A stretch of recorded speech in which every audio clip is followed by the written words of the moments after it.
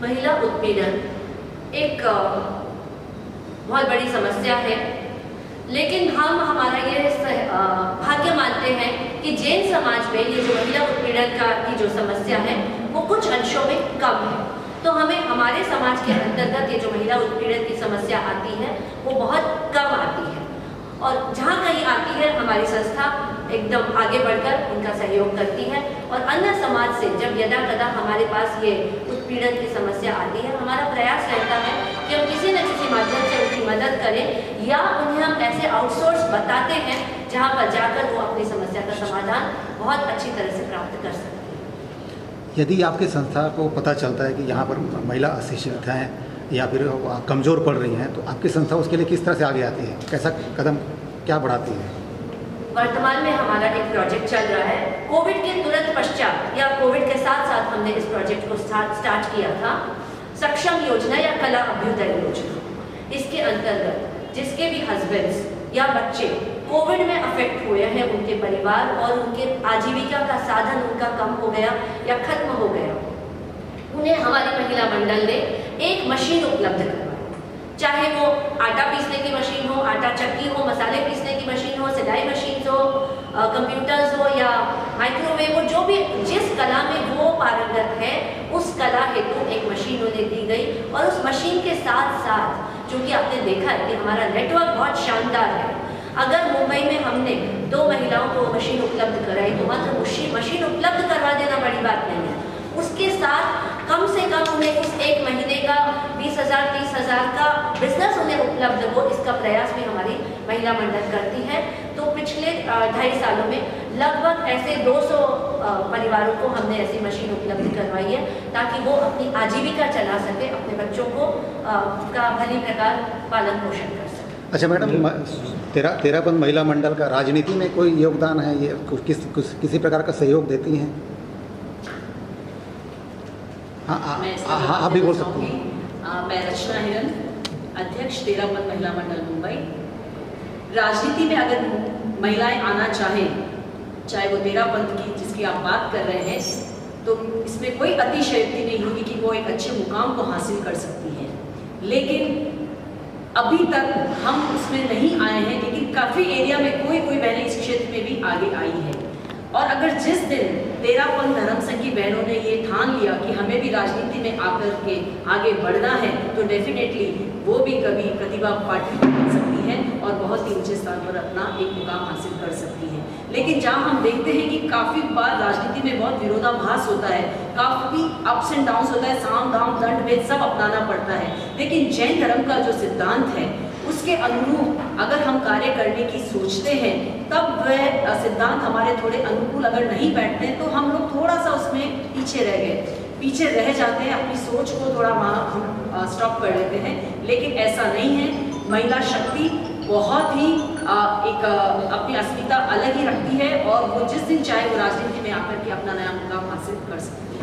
आज मीरा भाईंदर की जो गीता जैन जी यहाँ पे बतौर अतिथि उपस्थित थी, तो उनसे आपकी जो संस्था है महिला मंडल किस तरह से संबंध है और उनका यहाँ पे आने का विशेष? देखिए, राजनीति से तो संबंध हमारा बहुत अच्छा है और आपको मैं एक बात बताना चाहूँगी कि जैन समाज जो राजनीति में अपना सहयोग देता है वो शायद सबसे ज़्यादा होगा। चाहे वो आप आर्थिक सहयोग कह लें, चाहे आप राजनीतिक, चाहे वोट बैंक कह लें उनको, तो जो भी राजनीतिक लोग हैं वो भी जैन समाज को बहुत महत्व देते हैं और हर समय उनके किसी भी कार्यक्रम में अगर उन्हें इनवाइट किया जाता है तो डेफिनेटली वो आते हैं। इसमें मैं नाम लेना चाहूँगी, अगर जैसे अभी इधर सांसद हमारे गोपाल जी शेट्टी हैं, अतुल जी भातरकर है, या आप पूरे बॉम्बे में कहीं भी ले लीजिए, किसी भी क्षेत्र में अगर प्रोग्राम होता है तो जैन समाज का राजनीतिक संबंध बहुत अच्छा है और वो हर क्षेत्र में उन्हें सहयोग देते हैं और हर कार्यक्रम में अपनी शिरकत करते हैं। प्रेसिडेंट अखिल भारतीय तेरापंथ महिला मंडल। ये बताइए तेरापंथ क्या है?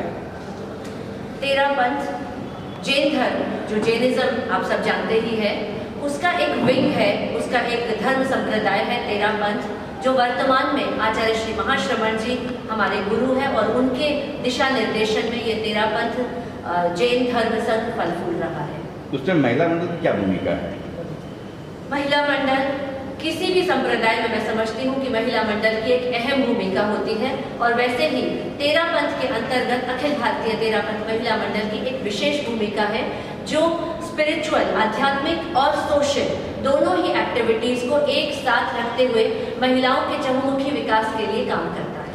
आप राष्ट्रीय अध्यक्षा है, तो महिला मंडल राष्ट्रीय स्तर पर किस तरह से काम करती है? देखिए, जैसे मैंने आपको बताया कि सोशल और स्पिरिचुअल ये दोनों एक्टिविटीज हम एक साथ लेकर चलते हैं। स्पिरिचुअल में हो गया हमारे जो जैनिज्म के स्टडीज होते हैं, जैन के जो प्रिंसिपल्स होते हैं, जो हमारे जीवन को बेटर बनाने के लिए जैन जीवन शैली को जीवन में उतारने का प्रयास हम करवाते हैं। और उसी के साथ जो हमारी सोशल एक्टिविटीज है, उसके अंतर्गत हमारी 3 योजनाएं हैं: स्वस्थ परिवार स्वस्थ समाज, आओ चले गांव की ओर और कन्या सुरक्षा योजना। तो इन तीनों के अंतर्गत हमारी 525 शाखाएं हैं, जो all over India, Nepal and Bhutan.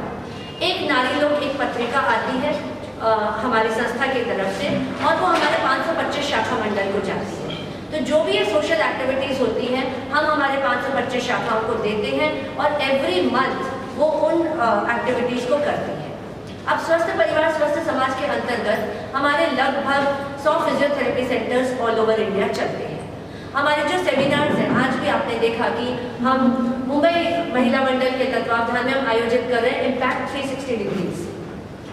उसमें जितनी भी प्रबुद्ध महिलाएं हैं महाराष्ट्र की, पूरे महाराष्ट्र से यहाँ एकत्रित हुई हैं, और तलाक जो एक बहुत बड़ी समस्या आज समाज के सामने आ रही है, उसके लिए हम मिल बैठकर चिंतन करेंगे कि ये समस्याएं क्यों आ रही है और उसका निवारण करने का हम प्रयास करेंगे। और कन्या सुरक्षा योजना, ये भी हमारी बहुत सुदृढ़ योजना है, जो गत 25 सालों से हम इसे चला रहे हैं। और इसके अंतर्गत देश भर में हमारे लगभग 80 कन्या सुरक्षा सर्कल गवर्नमेंट की मदद से हमने बनाए हैं, जो आपके मुंबई में भी अगर मैं देखूँ तो 8 से 6 सर्कल मुंबई में भी बने हुए सर्कल या स्तंभ, जो चौराहों पर, जिसे हम गवर्नमेंट की परमिशन के बिना बना नहीं सकते, तो गवर्नमेंट ने हमें ये अनुमति भी दी है, काफ़ी स्टेट्स में हमें अनुमति मिली है। तो और इस प्रकार कन्याओं के रिलेटेड भी हम बहुत कार्य करते हैं। और हमारी मुख्य योजना समृद्ध राष्ट्र योजना, जिसके अंतर्गत हम गाँवों का विकास कर रहे हैं। गाँव में ट्यूशन सेंटर, हमारे सिलाई प्रशिक्षण केंद्र, टैंक्स बनवाना, और अभी सबसे सघनता से हम जो काम कर रहे हैं वो है स्वच्छ भारत अभियान।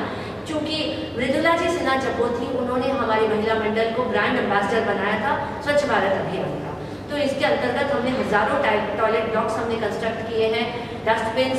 6 महीने तक हम ग्रामीण स्कूल्स में हमने प्रशिक्षण दिया है कोविड के पूर्व। लगभग 350 स्कूल्स के प्रिंसिपल्स के हमारे पास ऑथोराइज, उनके सील किए हुए लेटर्स हैं, जो बताते हैं कि हमारी जो शाखाएं हैं वो 6 महीनों तक उन्होंने वहाँ जाकर प्रशिक्षण दिया है। तो इस प्रकार विभिन्न योजनाएं हैं जिस पर हम काम करते हैं। हम बेंचेस बना रहे हैं।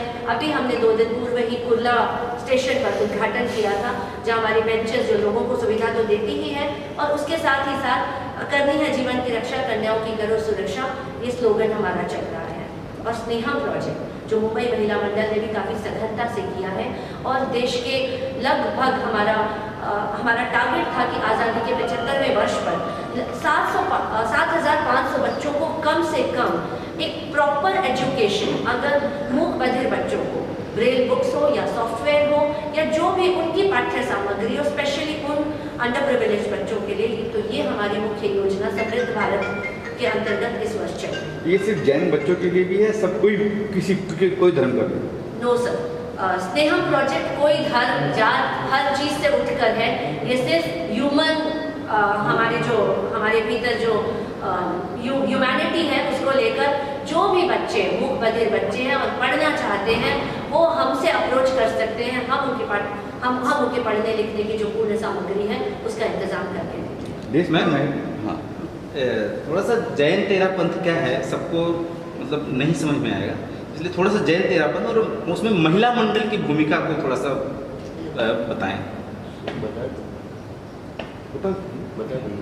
बता दीजिए पहले सवाल पहले कुछ बता दिया, एक क्वेश्चन का रिपीट मत करो प्लीज। जैसा कि सर ने कहा कि हमने तो शहर में जन्म लिया, लेकिन एक ऐसा विभाग है जहाँ महिलाओं का उत्पीड़न होता है। सर मैं कहना चाहूँगी कि हम केवल एक क्षेत्र में काम नहीं कर रहे, जैसा कि हमारे राष्ट्रीय अध्यक्ष ने बताया कि हम आओ चले गाँव की ओर की योजना भी हम करते हैं। उस योजना के अंतर्गत हमारा उद्देश्य ही यही है कि गांव के जो लोग हैं उनको सामाजिक दृष्टि से ध्यान करना, उनका जो लाइफस्टाइल है उसको ऊपर उठाना। तो गांव में केवल पुरुष नहीं होते, हमारा जो मेन फोकस होता है वो स्त्रियों पे होता है, क्योंकि हमारी महिलाओं के एनजीओ है। तो हम महिलाओं के पास जाते हैं, गांव की महिलाओं के पास, क्योंकि जनरली जो आर्थिक दृष्टि से कमज़ोर होती महिलाएं, उनमें देखा गया है कि वो कमाई करती हैं लेकिन उसके हस्बैंड जो होते हैं वो शराब पीते हैं। जनरली ये बात बता रही, और महिलाओं का उत्पीड़न होता है। तो हम उन महिलाओं को प्रशिक्षण देते हैं, उनको पाँव पे खड़े होने का तो प्रशिक्षण देते ही हैं, आर्थिक दृष्टि से वो उनको अलग अलग तरह से प्रशिक्षण देके ऊपर उठाने की कोशिश करते हैं। साथ में उनको हम आत्मशक्ति विकास करने का, कि अपनी सक्षमता को कैसे, पुरुष जब उनके ऊपर उत्पीड़न करता है तो अपने आप को कैसे पावरफुल बनाना, शरीर की दृष्टि से नहीं लेकिन अपने एक आत्मविश्वास की दृष्टि से उसे कैसे लड़ना, वो हम उनको प्रशिक्षण देते हैं। कई महिलाएं जो आर्थिक दृष्टि से कमजोर होती हैं, शराब वगैरह भी अगर उनको नशा है तो हम उनसे भी उनको छुड़ाने की कोशिश करते हैं, उनको वो प्रशिक्षण। कहने का मतलब ये कि उन महिलाओं को भी हम हर दृष्टि से सक्षम बनाने की कोशिश करते हैं, ताकि कोई भी महिलाएं शारीरिक दृष्टि से कमजोर ना रहे और जो शोषण होता है उनसे वो बचने का अभी साध्वी जी जो कह रही थी, अभी नीचे मैंने सुना, उनकी थोड़ी बातें बहुत अच्छी लगी मुझे।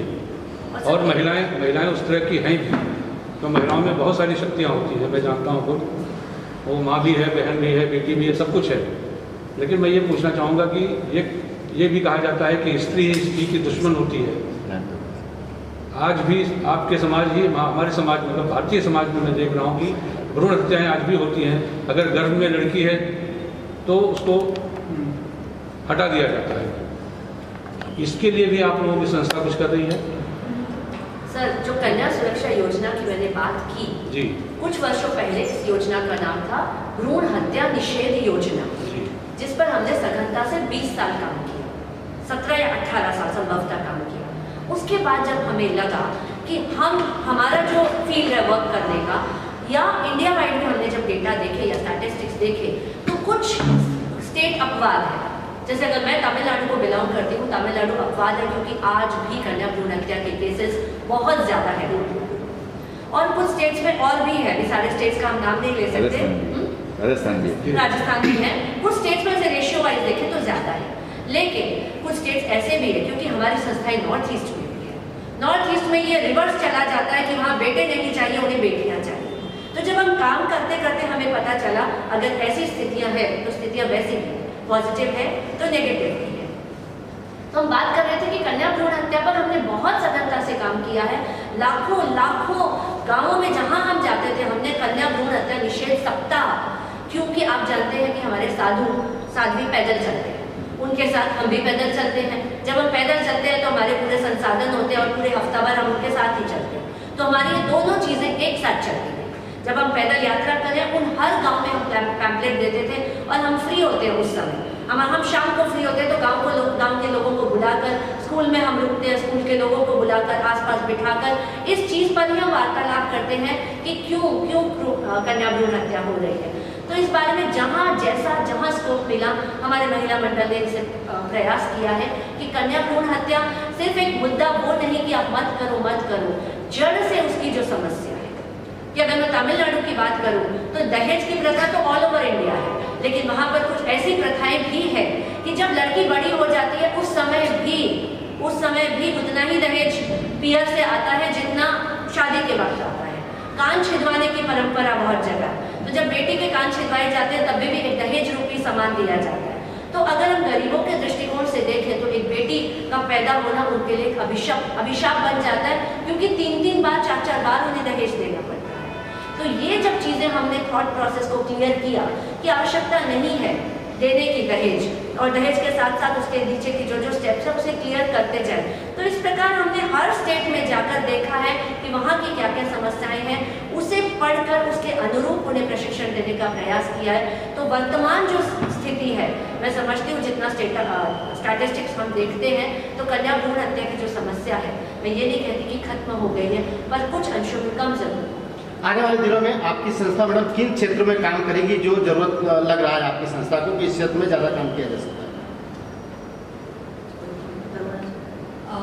जो अभी हमारी बात चल रही थी, एक उसमें मैं पॉइंट ऐड करना चाहूँगी और फिर आपके सवाल को लूँगी।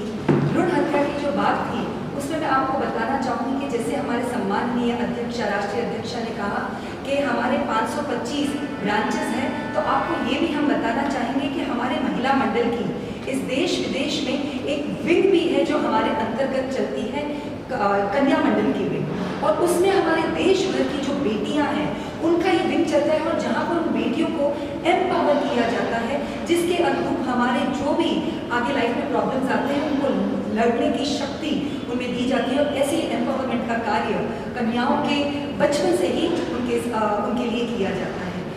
भ्रूण हत्या की बात, और जैसे आपका सवाल था कि आगे महिला मंडल क्या काम करने का सोच रहे हैं, तो जैसे कि हमारी 4 मुख्य योजनाएं हैं, उसमें जो चारों योजनाएं स्वस्थ परिवार स्वस्थ समाज, उसके अंतर्गत जो आपने महिला उत्पीड़न की बात की थी, तो हम विभिन्न क्षेत्रों में हमेशा मुझे लगता है कि हफ्ते में 6 दिन हमारे कोई ना कोई ब्रांच में एक सेमिनार चलता है जो स्वस्थ परिवार और स्वस्थ समाज को लेकर चलता है, जिसमें उत्पीड़न की बात हो, एक्सप्लॉयटेशन की बात हो, उस पर हम कैसे महिलाओं को एम्पावर कर सके, उसके हमारे सेमिनार चलते, तो उसको हम और आगे बढ़ोतरी देना चाहेंगे। दूसरी हमारी जो योजना समृद्ध राष्ट्र योजना, तो देश को समृद्ध करने के लिए गाँव को हमें स्ट्रॉन्ग बनाना है, गाँव में जो महिलाएं हैं उनको एम्पावर करना है, और स्वच्छ भारत अभियान, तो इसके अनुरूप भी जैसे जो काम आते हैं जो हमारे चल रहे हैं वो भी चलेंगे। और आगे जैसे कि हम ब्रांड एम्बेसडर घोषित हैं, तो मोदी जी के संग हम भी देश को साफ सुथरा रखने में हमारी इम्पैक्ट 360 डिग्री क्या है मैडम?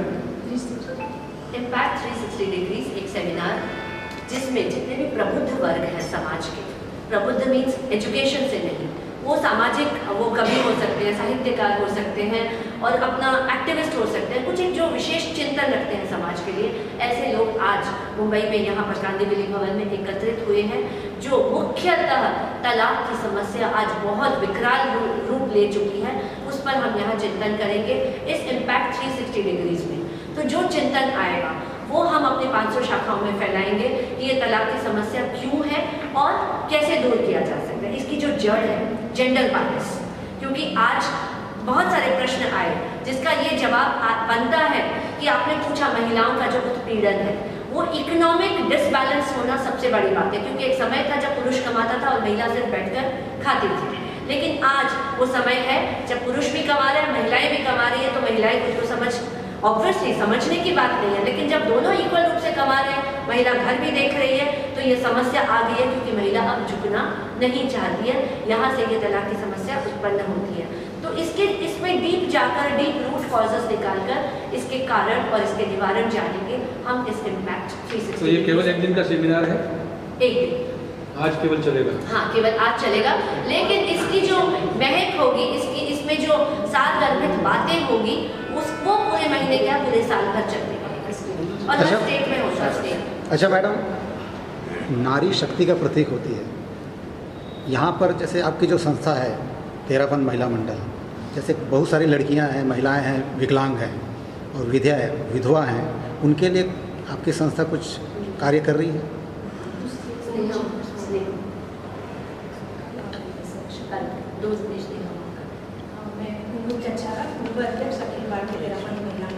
सर, आपने थोड़ा सा आवाज़, आपने जो अभी प्रश्न किया कि जो विधवा और जो महिलाएं हैं, तो अभी जो हमारे राष्ट्रीय अध्यक्ष ने बताया आपको सारी योजनाओं के अंतर्गत सक्षम योजना और स्नेहम पूजन, तो सक्षम योजना मूलतः उसी को टारगेट करके ली गई है कि उसमें ऐसी बहनें जो हमारे समाज की जो घर आजीविका मतलब चलाने में भी सक्षम नहीं है, विधवा हो चुकी, घर में कोई कमाने वाला नहीं है, तो उनके लिए ऐसे उनको कुछ दिए जाए, हम कैश नहीं देते, उनको वो प्रोवाइड करते हैं कि उसके माध्यम से वो कुछ करें, उनको बिजनेस भी दिलाते हैं, सिर्फ उनको साधन देकर कि कुछ मशीनें देकर, चाहे सिलाई मशीन हो, चाहे वो जो भी मतलब उनके अंदर योग्यता है, उनको जो आवश्यकता है वैसे उनको सामग्री चाहिए, तो उनकी अपेक्षा अनुसार उनको सामग्री प्रोवाइड करते हैं, उसके माध्यम से वो अपने परिवार का भरण पोषण करती है, और उसका ऐसा नहीं कि एक बार देकर हमने छोड़ दिया, उनका वापस फॉलोअप करते हैं, और उनको हम मार्केटिंग भी उनकी करते हैं, उनको मार्केट भी दिलाते हैं, बिजनेस भी दिलाते हैं। सास बनते ही महिला का विचार में बदल जाता है कि वो भी कभी बहू हुआ करती थी या बहू थी,